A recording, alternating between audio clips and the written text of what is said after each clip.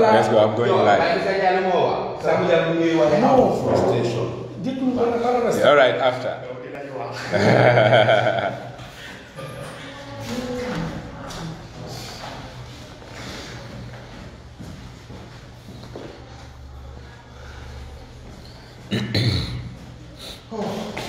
All right.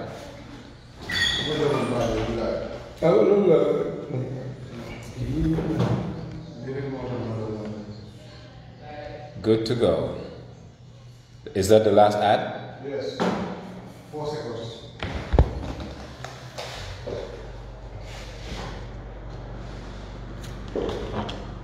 Good evening, listeners, and welcome to another evening of Straight Talk.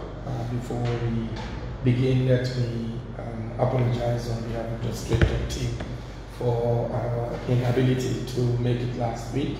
But we're very sorry for that. A lot of people called trying to inquire what happened. But we are here today, and we hope you will be with us for the rest of the evening. And thank you always for connecting with us, staying in touch, and also for commending the efforts of the team. We want to, this evening, look again into current affairs. Straight Talk is here every Wednesday talking about issues of national development, issues of current affairs, issues that have to do and touch us as Gambians, as a people, as a nation, and also to see, not only to talk about the issues, but also what solutions can we provide for the authorities, for ourselves as Gambians, to have a better society. We always say here, this is the only country we have.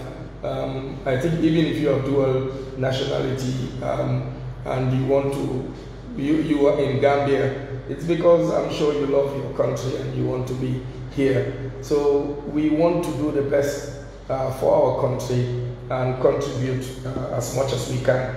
I think it's one of they normally say that truth is very painful.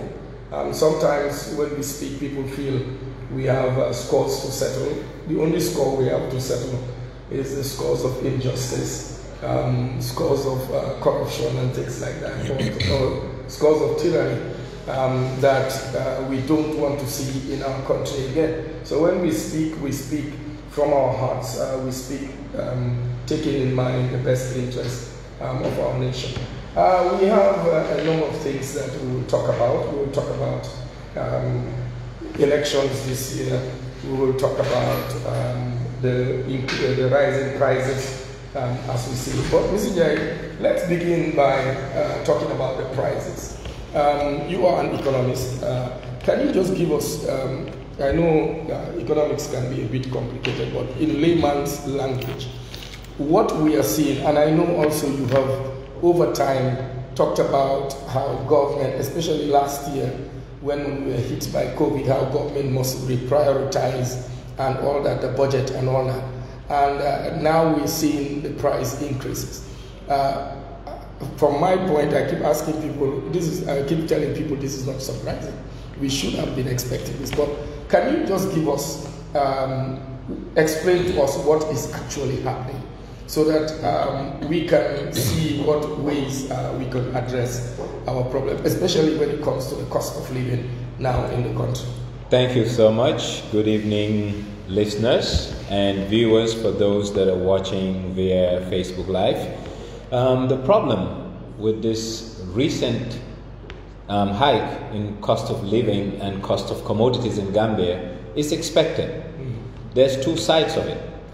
There's the external side of it, which has to do with logistics, i.e., if you look at China as a point of exports to many countries, especially us in Gambia, the shipping cost has gone up, meaning cost per container, but that is not a big contributing factor to our rising prices. Our rising prices in Gambia are mostly due to market inefficiencies. What are these market inefficiencies? Let's start with basic commodities or supermarket items. If you walk into any supermarket, prices have gone up minimum 15 to 20%. Okay. Why? A supermarket owner will import a container load of food. The food items there are perishable. A journey that should have taken 4 weeks is now taking 7 weeks. And after the 7th week, you have at least another 10 to 15 days to clear customs. Meanwhile, the items in the container have an expiry date. So before they stock it, they're losing almost 8% of their stock. Therefore, what they throw away, they factor in whatever is left to be sold. That's one. Secondly, the inefficiency of our port system today, whereby it doesn't make sense how things happen at our port. It breeds corruption. This corruption is an add-on cost to the end user. After that, you now have the checkpoints on the road for these trucks leaving the port, trying to get to their final destination. So in a nutshell, the inefficiency of our market and corruption being a big player in it plays into our price hike. Then now let's get that closer to home on the issue of cement, for example. What Gambians have been seeing with the cement market is what you call a contrived scarcity. There are different types of scarcities. This is a scarcity that's man-made. How is it man-made? The factories are still selling cement where they were selling cement when it was prevalent and available. But the amounts out there are so small, the demand for it is so high, and a willing buyer and a willing seller is willing to put a premium, and the people selling are no longer putting a premium, but they're putting a layer of fat. And if you look at the increase over a period of 4 to 5 weeks, it's disheartening. But Gambia is a free market. But free market, as free as it is, it has some regulatory functions, and is as government doing those functions. Meaning, the person selling cement has a cost price of selling based on the ex-factory price, the Gassem price, Salam price, wherever. They can put a margin, no doubt, but a margin cannot be 50 to 75% of the cost of what you buy. A margin, respectfully, should be anywhere between 12 and 19% to cover all other costs and make something out of it, or make a return. So these are some of the issues we have, but as a country, I think the Minister of Trade has a very big job to do, and they are affecting the efforts of the central bank, because monetary management is the role of the central bank, and the primary role of monetary management are two things: price stability, that is to make sure there is no inflation or minimal inflation, because without stable prices, inflation skyrockets. And everything that's happening in our open market today is calling for inflationary tendencies. So therefore, it's the duty of the Ministry of Trade to use what we call moral persuasion, to induce importers of steel, basic commodities, to make sure that what they do, we are all shooting ourselves in the foot, including the importer, because if price increases, inflation goes up, the dollar weakens further, the importer is in the same mess as me without the purchasing power anymore. So in economics, we call that a zero-sum game. And in a zero-sum game, nobody is a winner and everybody is a loser. What we need in Gambia is to have what I call the Pareto optimality. In the Pareto optimality, we all win without making anyone a loser. But now, what apart from what you're trying to say, induce, try to we call it moral suasion.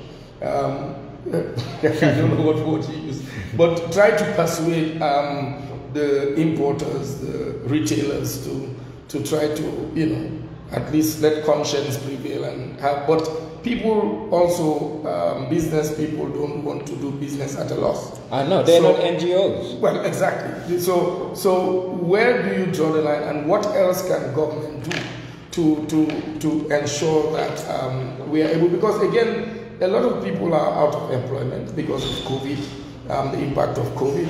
COVID has closed a number of businesses and all that. So you find out that the purchasing power is getting less and less, especially at family level. And one of the major inputs, you see, a government must be sensitive towards its economic realities.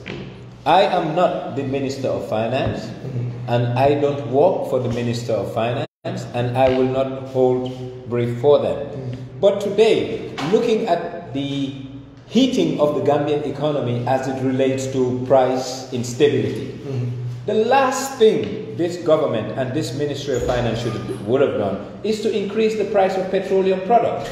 Today, diesel has gone up, petrol has gone up, and guess what?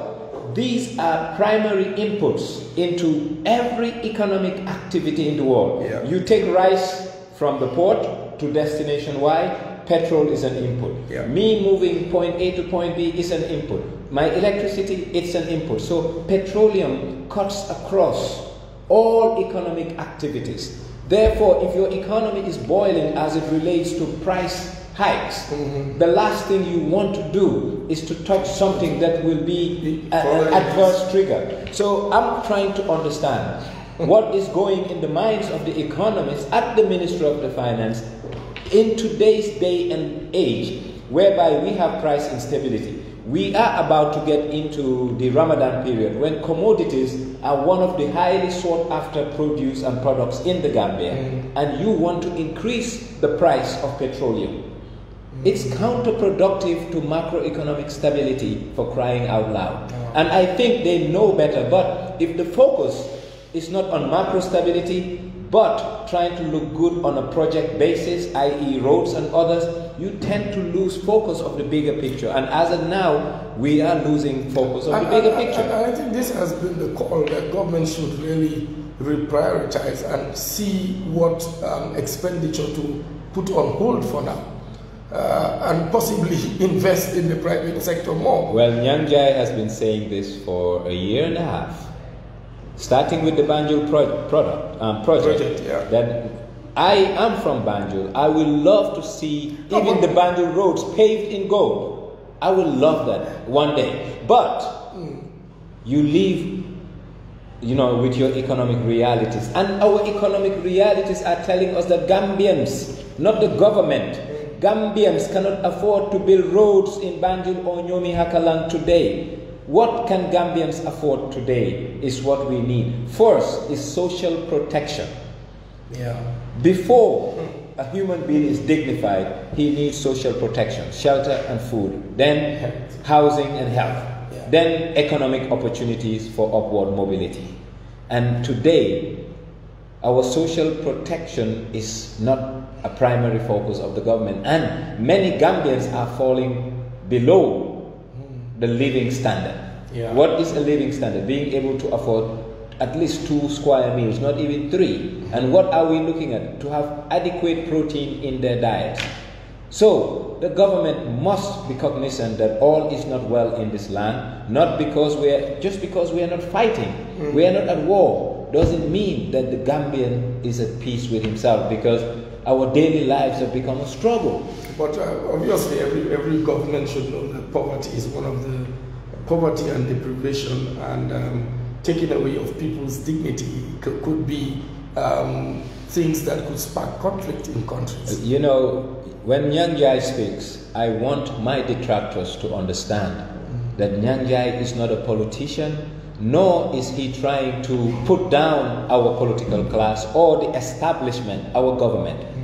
Nyang Njie is someone who wants to give an early warning signs to the government that, look, you are shooting yourself in the foot by delaying the obvious, or doing old boy jang, good day, or doing what you're not supposed to do. What we need to do as a country is to have a social contract that will protect, because our rights being protected is just not under the law. When I say, I'm talking about arrest and others. Yeah. Our rights being protected is our government making sure that the life of the Gambian is dignified. Yeah. The life of the Gambian in the middle of an operation in a private hospital or at a hospital will not die because Nawek went off. That is the right that the government needs to protect. And as of now, this government don't understand what time of day it is, and it is sad. And that's why people like Nyang Njie take it back to them that you are not doing what you ought to be doing for country. Yeah. Well, now let's look at the controversy between the Independent Electoral Commission as highlighted by the CEO and the Ministry of Justice. I have heard reports that, well, you know, the way journalists also write is one thing. The way, I mean, and you talk to the parties, they will tell you that's not what I meant. But it's as if the Independent Electoral Commission is accusing government of dragging its feet when it comes to the election bill and the like. How do you see this? Independent Electoral Commission are supposed to be the referees. Right now, these pronouncements can bring tension in the country. Oh no. What's your take about Far from it. The frustrations coming out from the Independent Electoral? I am a big critic of the IEC, and I think on this one, I'm on their side. Why? You want me to be a referee? Yeah. The game has to be clean, clear, and level. Okay.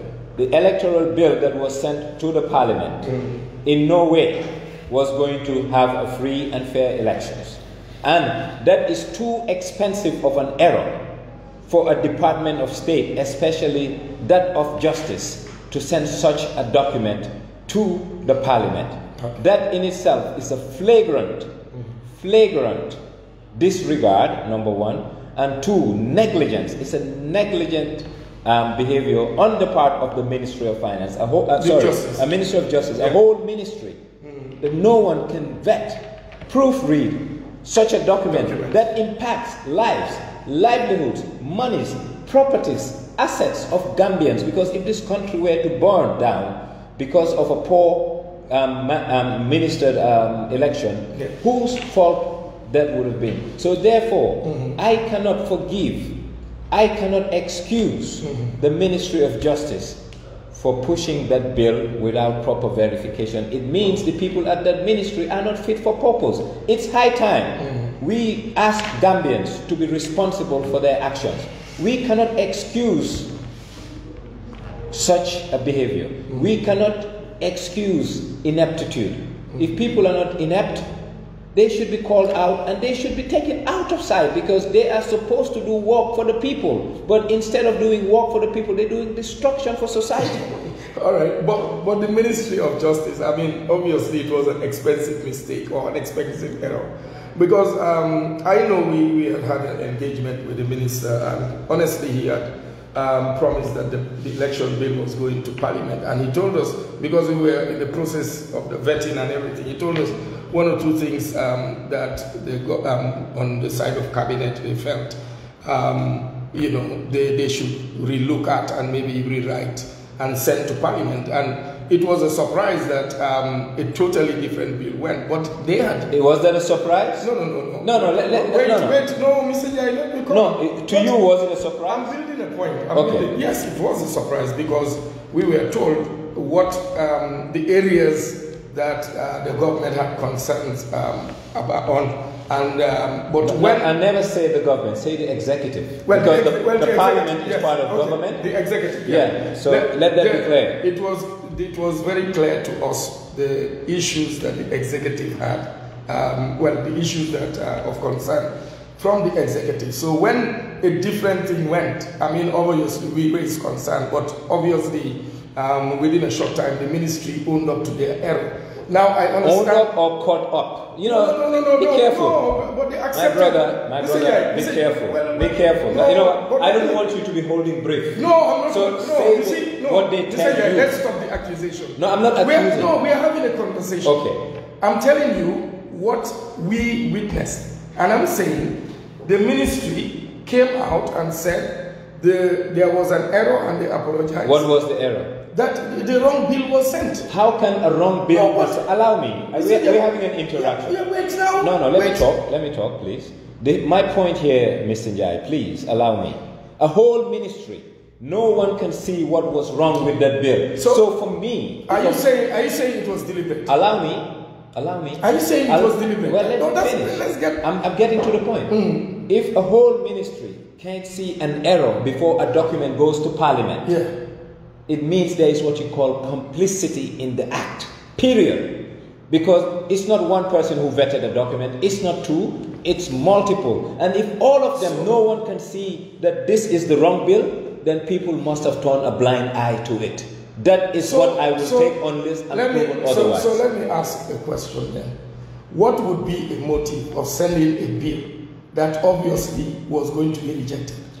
It's not about it being rejected. No, you can assume that where you are sending the bill, you can make an assumption, or they will not scrutinize, or they will not go through.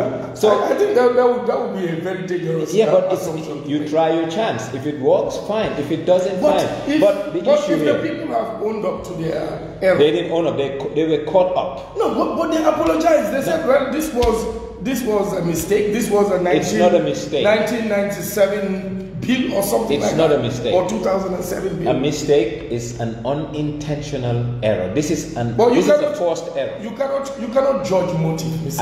I'm not judging motive. That's what you're doing. No. You said you're saying it's an intentional. Yes, and I will tell you why. That bill must have been checked by nothing less than 5 to 6 people before it went, including the minister, before it went to Parliament. So do you want to tell me that all of these people are blind? They couldn't see that this was wrong? This is not the first time that the ministry has. Well, then it means the ministry lacks capacity. And if they lack capacity, let's say that the people there are not fit for purpose. I'm the type of Gambian that holds brief for people. It is not holding brief. I think we need to be objective when it comes to these things. I mean, so I should cut them slack that they make mistakes like that? I'm not saying cut them slack. What I am saying is they said there was an error. I have interacted with people in that ministry. Do you accept the error? No, very fine people and very good professionals in the ministry. So I cannot be here and say that everybody in the ministry is not fit for I never said everybody. But wait. It came from the ministry. So if you're saying, because now there is an error, and they have said, well, it's an error. Now it is like, because the people are incompetent. They are incompetent. Yes. If that is the final product. Let's take it as incompetence. Let's take it as incompetence. So if people are incompetent, are they fit for purpose? So every error that anybody makes doesn't mean that they should be. You're talking about an election bill. You're talking about a document that was... Unfortunately... Mr. Njie, you see, there is a Gambian mentality that we need to stop. We need to have standards. If a whole country came together, validate a document, have their concerns and everything, and give it to the scribe, Ministry of Justice, to put together and send to Parliament, and that document wasn't sent to Parliament, something different was sent to Parliament. It's time we question their competence. It's time we question their motives. I don't have a problem with looking at people's competence and all that. But what I'm saying is, if they have already said there was an error, and now you have the IEC accusing the government of dragging it. And I will accuse them too. All right. No, I'm sorry. But you see, you are missing my point. I don't hold brief for anybody, but I also, as a moderator of the program, I also owe it to everybody that is also listening. You are a devil's advocate, but this time you're trying to put me to the deep blue sea. No, I'm not. You are they messed up and they messed up. I don't hold brief for them. The reason civil society approached the ministry, especially when it had to do with the elections bill, was always obviously to see what was happening, so that this issue could be fast-tracked before the elections. So that was our concern, and it was made very clear. And because I was party to it, that's why I said I was shocked to see that what went. We had nothing about demarcations like we saw in the But didn't you sense frustration from the voice of Mr. Nyang Njie? Let me tell you, you talk to other IEC officials, they have different versions. Because even when I spoke to one or two of them, they told me, well, that was not what he meant. But let's look at something else. The Minister of Defense said people complaining about officials working in that worked with JAME, enablers and all that. and that are now in the system, people should suck it up. And I think definitely any serious-minded Gambian would have taken offense on that kind of a statement, especially coming from a public official. The Victim Center, I know, are holding, they've sent out a release stating their disgust about the statement. The Ministry of Defense obviously has, as it were, tried to manage the damage. But I mean, you know, this is not the first time we are having public officials just tell us, you know, just either you shut up or you take it. Rightly so. I mean, but is it because our public officials are taking us for granted? Is it because we as a people are too indifferent? Or like you always say, allowing other people to do the heavy lifting or outsourcing our deliverables? Is this the reason why our public officials will never respect us? Gambians are reactionary. We should not wait for that statement to come for us to be outraged. All of Njie mu ne lu sooteti am borom. Mu ne buur aayut waaye dagam ya ñoo aay ña daan defal Yaaya Jammeh garaawaal yi ñooy defal Adama Barrow tey garaawaal yi. Gisaguñ arrest ak rey waaye yàqa surtout yàqa suñ koom-koom la fi newoon moo fi ne. waaye loolu naxariwut ñu ba nit wax ko waruñoo xaar Cheikh Omar Faye or any other minister def lim def pour ñu wax.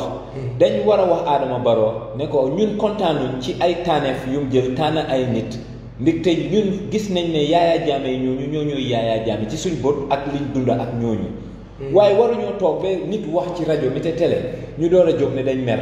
Gambian bi ñu ne uude bi nim la gisee la laa owéele lii man maa ko bëgg a wax ci olof dig te ñun suñ fulaak fayda dafa des. lan mooy suñ fulaak fayda dafa des dañ nangu ñu ñoo en luñ ñu waruta en ñu ñoo eni keneen nañ leen am fulla am fayda gu mu set ne lii warut fee am te du fi am bu boobaa ñi ñooy jëflanteel ak ndombo tànka yi dinañu respect. But how can you the constitution gives the president the right to choose absolutely the ministers there. Now, and we've elected the president. It's as if for the next 5 years, apart from complaining, maybe doing a protest or whatever, what else can you do to make the president change his mind about the officials he chooses? See, leaders lead by taking a cue from the very public and people they lead. And if you don't have leaders that do that? Well, it means the leader knows that the people he or she is leading are people who are indifferent, and I'm sorry, the Gambian is indifferent. We just don't care. Well, that's what I'm asking. That is it that our indifference has emboldened our public officials to just take us for granted and take us for a ride? Dara du ci génna loolu la ñooy wax. Like we hear them say, let them keep talking. Waaw man boobu sa ñoo ko ñema da leena wax rek ñun ñuy def. Well, am nga ñu won nañu ñun ñooy ñett ci ñoom. Well, listeners, the lines are now open. The number to call and state your position on the issues we are talking about today. Good evening, caller. Welcome to Straight Talk. Thank you. Good evening. How are you all, sir? Fine, thank you. I was suggesting you take the name of the program. To? Country course. It will be considered. Okay, to start with something, any government, or any country, or any business, or anything that you have to do, you have to start with what we call scale of preference. Means you must balance it, you must have opportunity to cross. But we are not looking at what we need. We look at what we don't need. So imagine you buy 10 dollars, employing 4,000 youth. All of them paying money and paying tax. And those tax can be real. But if the people are hungry, they don't have jobs.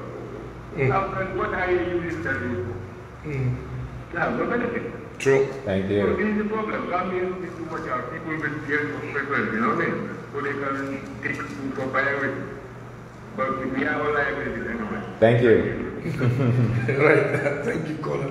Well, the change of name, country calls. We have another call coming in. Hello, good evening, caller. Hello. Yeah. Nyang Njie. Yes, welcome to Straight Talk, sir. Yeah, jërëjëf.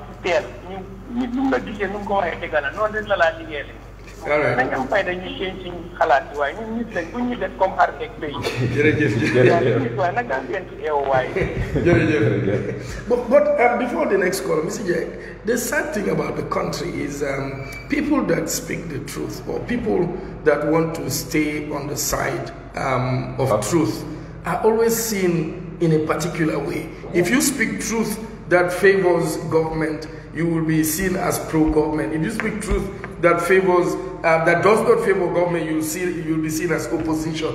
And you know, it's so frustrating that we cannot now listen to each other because we've now branded who is this party, who is pro this and against this, and we are not even trying to get sense from each other.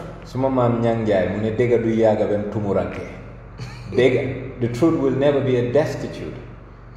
So therefore, let your conscience be your guide, and do what is right, and keep on fighting for justice, equality for all. It's a lone battle, and you will continue fighting it alone, and you will make a lot of enemies. But let justice be your guide. You know, I enjoy watching the TRRC, and it's like things that people thought would never come out. Now looking at the legal system and all that, people that were unprofessional, it's all coming out. I mean, whatever is hidden will always come out.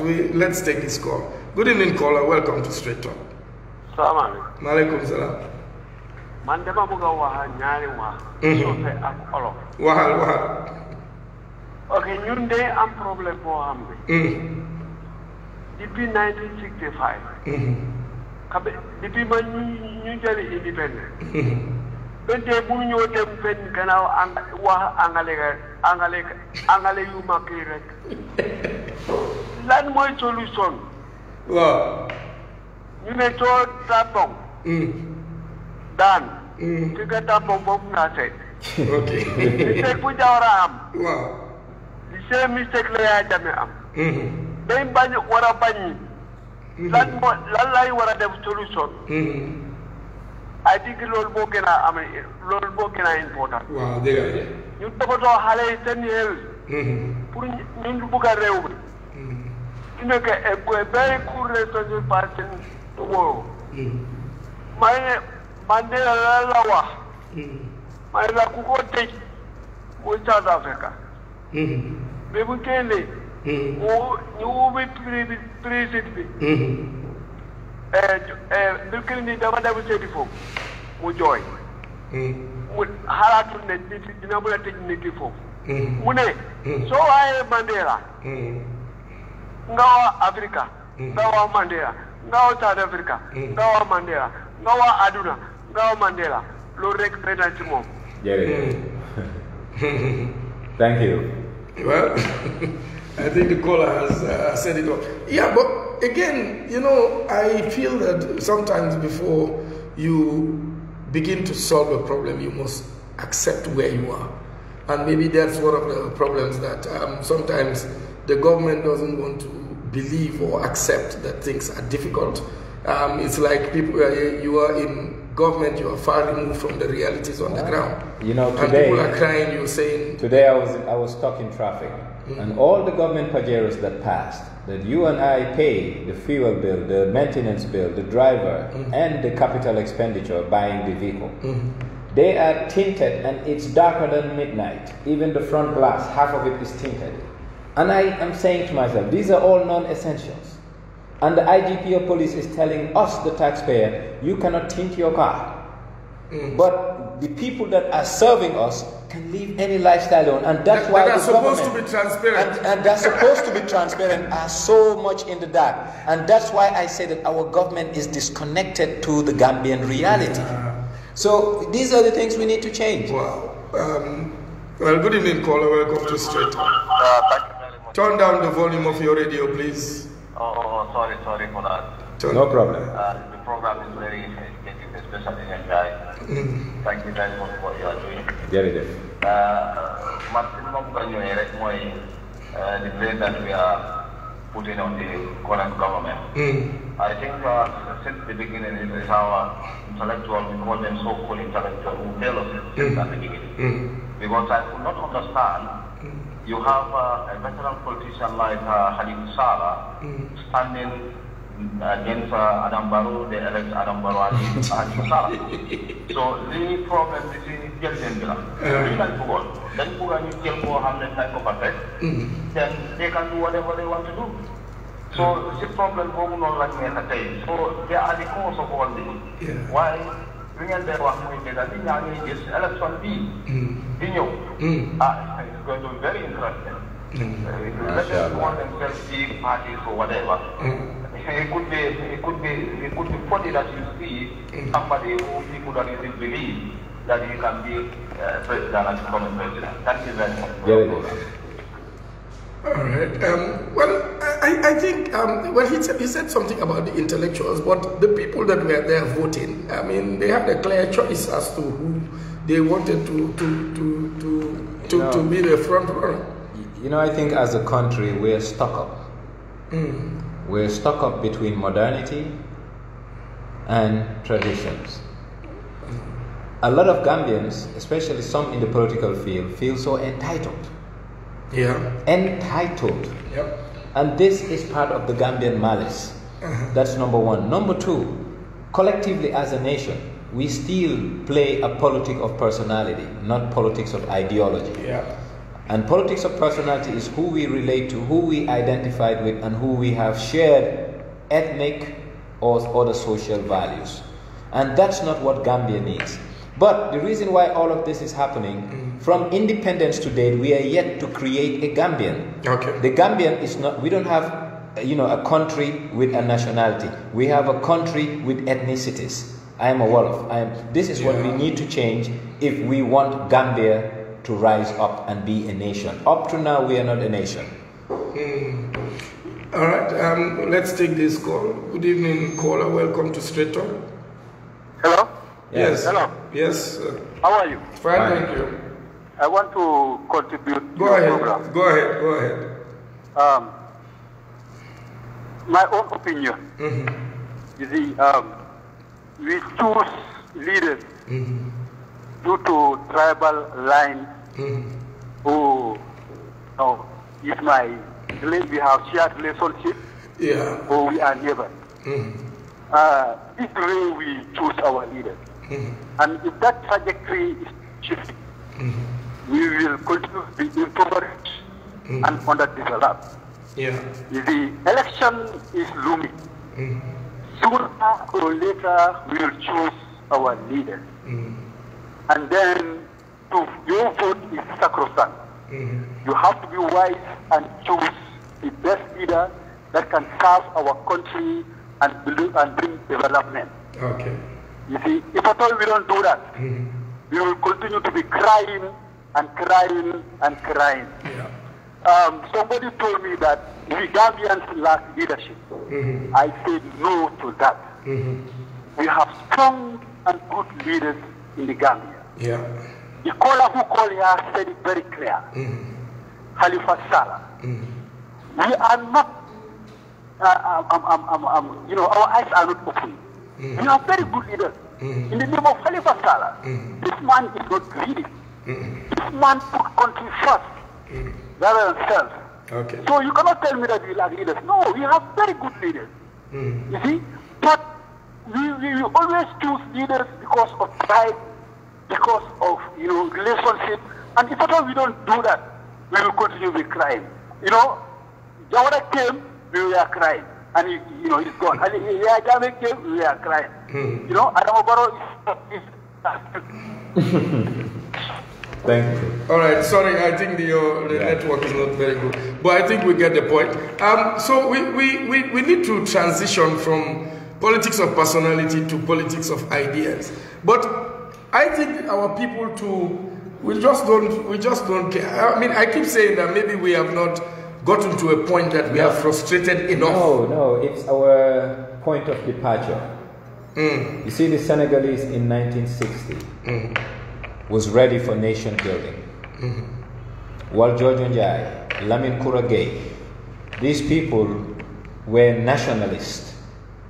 The only nationalist Gambia had was Edward Francis Small. Even P.S. Njie was not a nationalist. And all of them, they played into the politics of personality. And that's why we inherited, including your grandfather, including P.S. Njie, everyone, including IBM Gaba Jahumpa, including Dawda Jawara. It's a party of interest groups rather than a party of Gambians. And up to now, I am yet to see a party other than DOI that plays a politic that is tribe neutral, and maybe CA. I think. Well, so, but I think for me, if it's going to take us 50 odd years to understand that we are a nation, you cannot be independent and you don't know that you are a nation. But if this status quo remains, Mr. Njie, in 50 years, well, hopefully some of us would have gone, and maybe our children will be here to do. But I think we still have a chance to do what is right. Good evening, caller. Welcome to Straight Talk. Yes, welcome. Call the bar there. Yeah, go ahead. Speak. We have leaders. Yeah. Yeah, but the problem is the people. Yeah, the people don't want someone who is okay with them. They want people that. Okay, we're losing that. Well, somebody said that if it was not for Benachin and what was it? Benachin and Sabar or something like that. I mean, if you don't have that in your politics, as it were, because I remember when Joy started, they never did drumming and everything, but now it's like, if you don't do it, people don't follow you. So people are after the hype, after the food that you eat for the day and go to the toilet the next day, and the music, but they are not thinking of what happens. That has always been politics of exploitation. If you look at the Yai company in the Gambian political context, they are the greatest and the Achilles of all these political parties. They're the mobilizers, they bring the people. But when it comes time to share the cake, they are not even factored. Of course. So our politics has always been politics of exploitation. You don't even love the people you're claiming to fight for and make their lives better. Just use them. Segal Mawarla has been the norm. Whether it was P.S. Njie, because if you look at Ya Aret Mboj, you look at Ya Adam Trin, these were arch-strong women who mobilized. You look at Fatim Benga for Dawda Jawara. But is it not that also these women were just satisfied in being mobilizers? No, that's where they were restricted to that. Okay. And you know what? They had the force to move mountains. But once the mountain moves, they never allow them to get to the peak and see the heavens over the mountains. So sad. Well, now the women are rising up, and we need to support the women in getting into politics now. Good evening, caller. Welcome to Straight Talk. Yes, sir. Yeah. I'm totally with that man who said we will never stop crying. But it's true, because, I hear people, there is no peace, there is no that, but the time I will see them crying is when we take the money from the European community and put it with our oil and fry it and eat money and oil. This is the time I see you crying. Okay, thank you. Thank you, ma'am. Well, we hope that one day, I am one person that wants to keep hope alive. Like one of the callers said, maybe somebody, a disruptor, will rise up. I had one of the contestants saying that what we need is a president that comes for one term. No, but we need to change our constitution. No, Gambia, honestly, I think we need to have a national discourse. We want a 6-year term, and that's it. If you know you're not coming back, you will want to do your best so that you will be remembered. These people want to position themselves, entrench themselves, and loot the state. So one term will fix that. All right. Good evening, Caller, welcome to Straight Talk. Hello? Yes. Good evening. Yes, good evening. Welcome to Straight Talk. Thank you for Straight Talk. It's very interesting. But Thank there are certain things that we have to understand about Gambians. It is as if our population are still toddlers in politics. Like we have to mature up with the best politics. That is, we know the people we are voting into our system. Like Nyang Njie is saying, the prior talk. That is, look, any government that is responsible should be a government that can at least provide the people with affordable food and shelter. If you are not doing that, then the government is failing. The government is failing. Yeah. You have to prioritize before building roads, and like with this corona pandemic, we should have been looking up to some other things like medical facilities. Yeah. Make sure our hospitals are well equipped, rather than building roads, Hakalong and the like. That was very right. We have to hit the nail by the head. Okay. That's the truth. We have to know what is responsibility, and that is to make sure we satisfy the people, we manage the public effectively. Thank you. But Mr. Njie, but again, you see, this is where I have a problem with us as Gambians. We complain, but how many of us really do engage our National Assembly members who are there to represent us? If our National Assembly members were being bombarded with calls and emails about the issues that we are facing as Gambians, would that not help put pressure on them to hold government accountable? Because we are holding them accountable. Because as it were, it's like we vote these people in, and for 5 years we don't call them, we don't get in touch with them. Sometimes they may come, we may see them at funerals and gentis and things like that. But that's all. We forget the basic function or the basic role they are to play on our behalf at the National Assembly. Did you vote for them or you voted for a party? And I will tell you why. I'm sorry to say, 60% of the assembly members we have are not fit for purpose intellectually. To begin with, they don't have the requisite skill set to even comprehend, read, and understand. Number one. Number two, most of them, they are there because of their popularity, but not because of their competence. So what we need to change as people, get competent representatives to represent us, then you can hold them accountable. You cannot hold someone accountable when that person is indifferent to nation building. Yeah, but again, even if they were voted in to represent a political party, but once they get elected, they are there to represent the whole constituency. You are assuming. But that is because we as constituents are not holding them responsible. Yeah, but even if you hold them responsible, some of those people don't have what it takes. A professor of mine in school used to tell me, you cannot make chicken salad out of chicken XXX. And it's a fact. All right. We'll take this call. Welcome, caller, to Straight Talk. Hello, assalamu alaikum. Walaikum salam. Yeah, your program is very interesting. Mane. Uncle Nyang Njie la bugon na wa. Wow. The man dey do a program am bi pa, you know, I call him a legend. You know, he is a legend. So, you know, this government, we have no confidence on these people. True of speaking, bro. Wow, because hangal you. Dinga plane. Joko pilot ko muna dawal ko dawal. So we have no confidence in these people, bro. I see Nyang Njie, you know, as a legend, you know, and I respect him million times, bro, and I listen to him all day. Thank you so much. Thank you. Okay, unfortunately, we have only 1 more minute. Mr. Njie, quickly, as we... Well, I'll thank the listeners and keep on listening. We are at a decisive point in trying to kickstart and restart. I think Gambians need to have a reset, and the reset is to start a genuine, sincere transition towards moving the country.